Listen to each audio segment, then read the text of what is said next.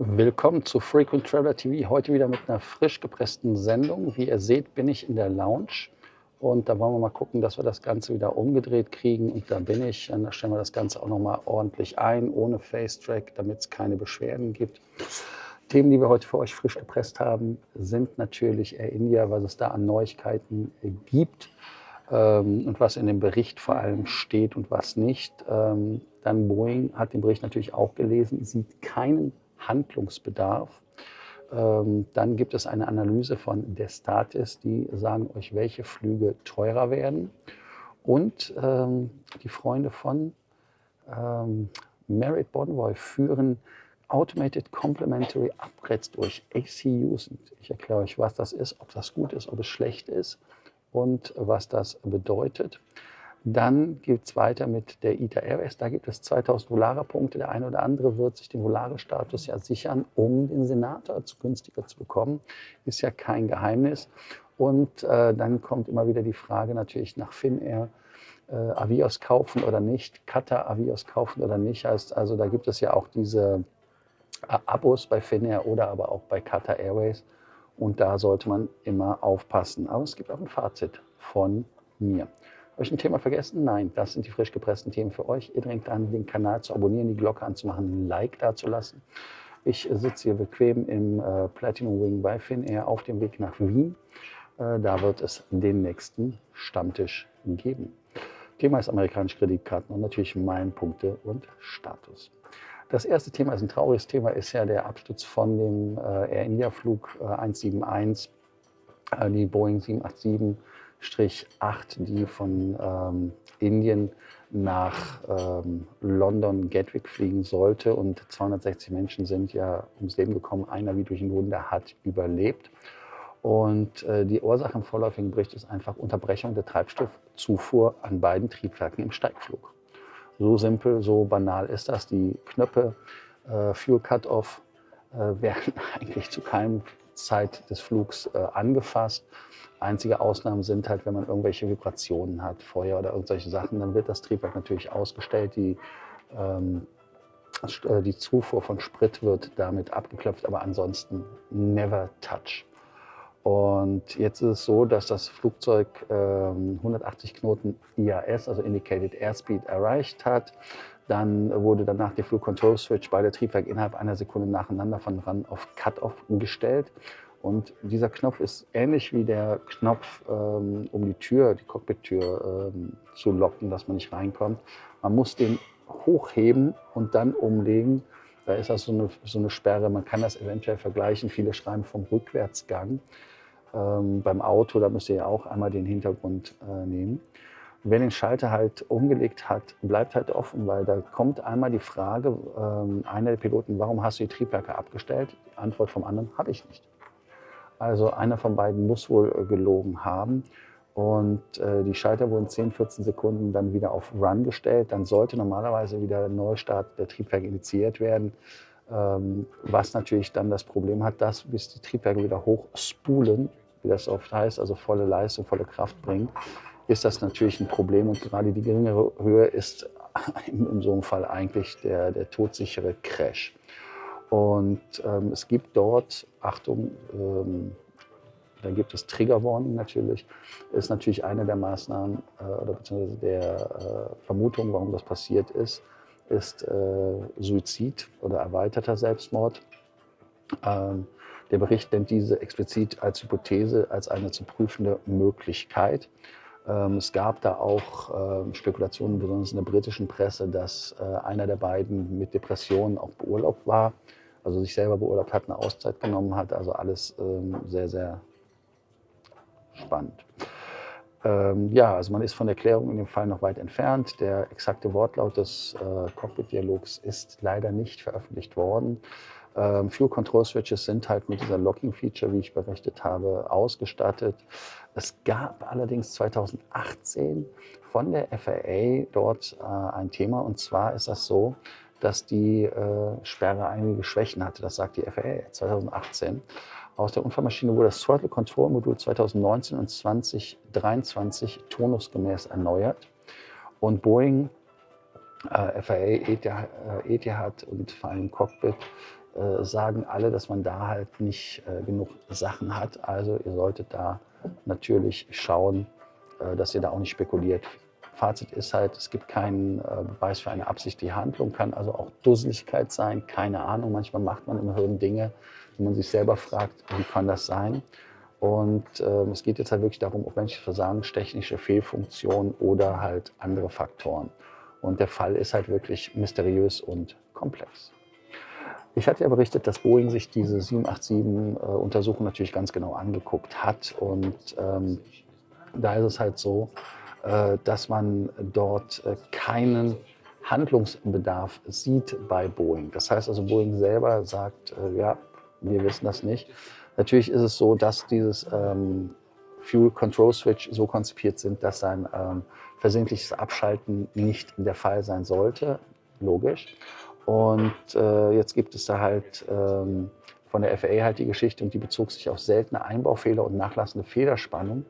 Aber im aktuellen Fall soll dies nicht relevant sein. Also hier vom Boeing da auch keine weitere Stellungnahme. Und da gibt es dann auch natürlich dann keine, nennen wir es einfach mal, Handlungsbedarf. Ja, ich hatte euch ja versprochen, die Detatis-Analyse sagt euch, welche Flüge teurer werden und vor allem aber auch welche billiger werden.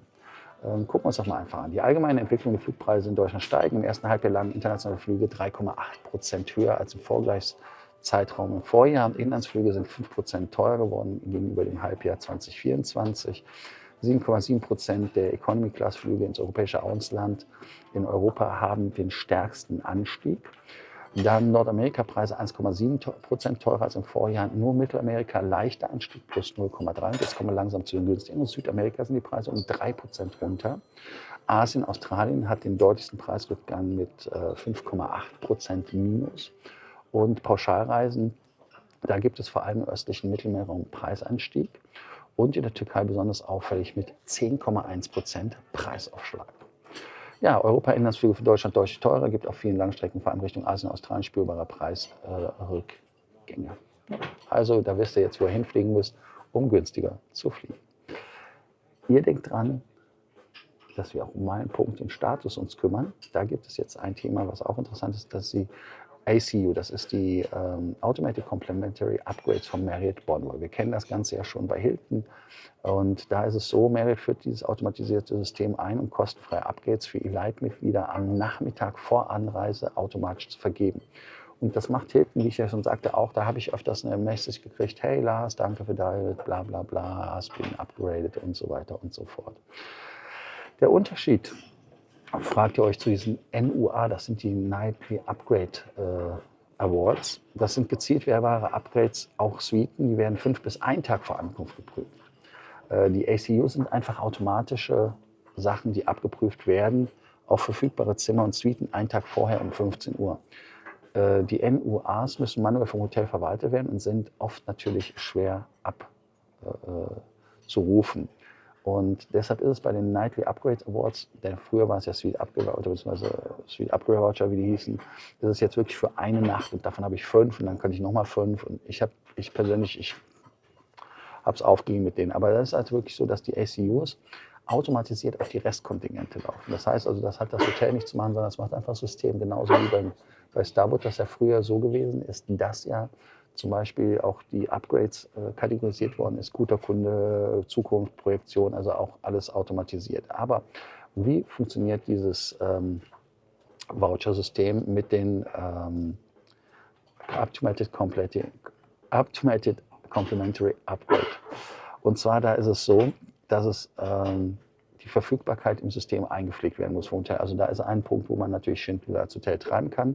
Dann vergibt der Algorithmus die automatisch um 15 Uhr, so roundabout, lokal, am Vortag. Gäste erhalten eine Bestätigung, Benachrichtigung und dann das Upgrade wird halt im Paymaster-System, also das ist das Buchungssystem, Opera oder wie die Dinger auch heißen, an der Rezeption bestätigt. Da gibt es natürlich ganz klare Sachen. ACUs sind halt Standardsuiten oder bessere Zimmer, das heißt also höhere Etage, weil halt eine bessere Aussicht und so weiter. Oder Dann hast du halt eine Nespresso-Kaffeemaschine als eine andere. Also es gibt da die merkwürdigsten Sachen, was als Upgrade gehandelt wird. Und besonders bei Luxushäusern sind natürlich diese Night Upgrade Awards zu empfehlen, heißt also Edition oder Ritz-Carlton. Aber sie sind halt sehr, sehr schwer zu bekommen, weil es manuell ist. Was können wir als Fazit ziehen? Das bringt natürlich wesentlich mehr Planbarkeit für die Gäste, weil man hat Expectation Management. Wir wissen, ob wir etwas erwarten können, ob wir nicht. Wir freuen uns auf die Anreise oder auch nicht. Und dann geht es weiter. Hilton ist es so, dass man dort natürlich auf das Hotel dort hoffen muss. Heißt also, Upgrades sind Hotelsachen. Upgrades sind Sachen, die sind nicht von uns aus kommend, sondern halt wirklich, das ist halt ein Hotel-Benefit. Wenn die Zimmer nämlich nicht ordentlich einpflegen, dann hast du ein Problem. Wo du kein Problem hast, ist mit ITA. Die geben dir einfach 2000 Volare-Meilen für ein Datenupdate.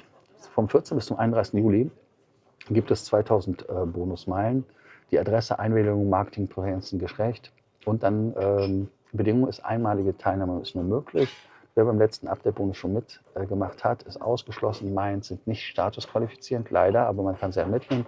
Und die Gutschrift erfolgt innerhalb von 60 Tagen, weil Volaria 2026 in Miles & More integriert wird. Einfachster Weg halt mit klack, klack 2000 Volare-Punkte mitnehmen. Und jetzt haben wir das letzte Thema, das ist Avios, Abos kaufen oder nicht.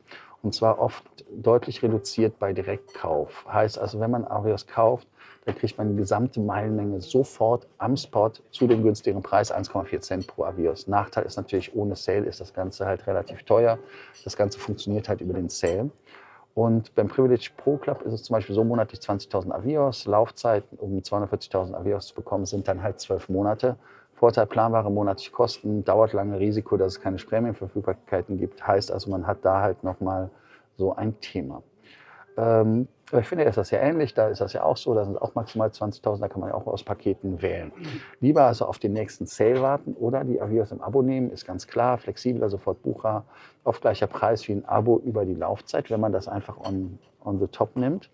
Man hat auch vorher natürlich dann das Problem, dass man die Meilen ja dann bunkert, wenn man so ein Abo hat und keinen Use Case hat. Was machen wir mit Entwertung, was machen wir mit anderen Dingen? Und auch Steuern und Gebühren der Premium-Tickets bedenken, denn Revenue-Tickets kann ähnliche Endkosten haben, bringen aber Meilen- und Statuspunkte. Das heißt also, ihr müsst da einfach mal auch schauen, dass eure Status-Journey, bei Finnair ist es ja am Geld gekoppelt, dort natürlich dann auch ihren Weg suchen. Ein Vorteil von meinen Tickets ist natürlich günstig zu stornieren, weil sie halt eine geringe Stornogebühr haben. Fazit ist natürlich ganz einfach, das heißt also, für den sofortigen Bedarf sollte man den Sale abwarten und dann halt direkt kaufen, alles auf einmal fertig und gut ist. Abo ist halt wirklich nur so, wer das Ganze über Zeit strecken will oder sagt, ich mache das eh. Also insofern, hier hoffe ich, dass ihr jetzt wisst, was ihr macht, ob ihr Abo macht oder nicht. Und ich bin mal gespannt. Ja, ich werde jetzt hier die Lounge genießen, es ist 13 Uhr. Mach mich nicht, Quatsch, ich sag 14:30 Uhr, sind 13 Minuten Sendung. Mache mich jetzt auf den Weg nach Wien, freue mich, euch in Wien zu sehen und dort zu sprechen und Schnitzelalarm. Also in dem Sinne, bis zur nächsten Sendung und viel Spaß beim Abspannen und geht gleich weiter. Ciao.